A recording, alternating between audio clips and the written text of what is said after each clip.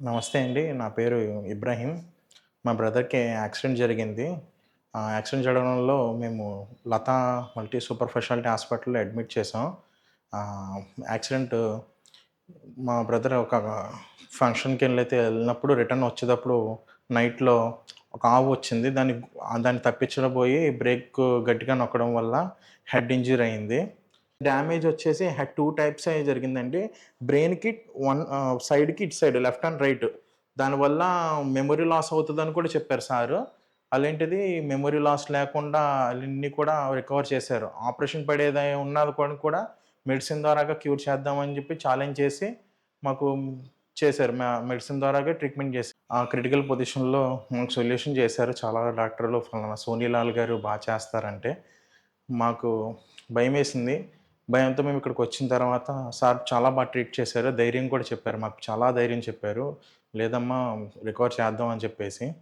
అలాగే మేము ఒక 19 డేస్ వరకు ట్రీట్మెంట్ జరిగింది మాకు. ఎళ్ళిన ఒక 3 డేస్‌లోనే మాకు మా బ్రదర్ కదలికలు అన్నీ చూపిచ్చారు మాకు. ఇంప్రూవ్‌మెంట్ చూపిచ్చారు. డే టు డే ఇంప్రూవ్‌మెంట్ చూపిచ్చారు మాకు.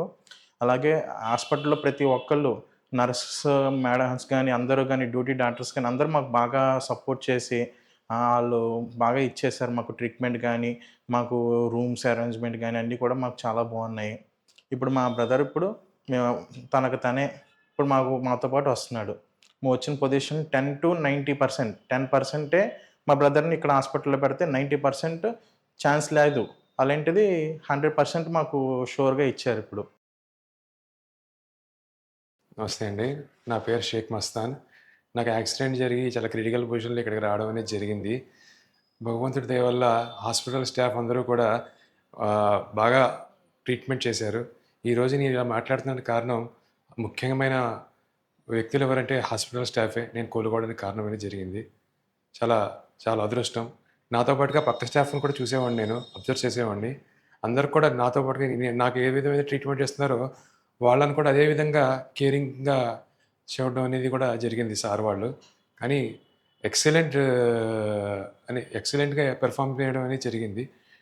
వృత్తి విధానం అనేది చాలా బావుంది. చాలా నచ్చింది నాకైతే. నా మనసుకైతే నచ్చింది. చాలా చాలా థాంక్ యూ. ఈ హాస్పిటల్‌కి ఎప్పుడు కూడా రుణపడి ఉంటాను నేను. డాక్టర్ సోనీలాల్ గారు బాగా ట్రీట్ చేశారు. ఆయన వ్యక్తిగతంగా చాలా దగ్గరయ్యారాయన.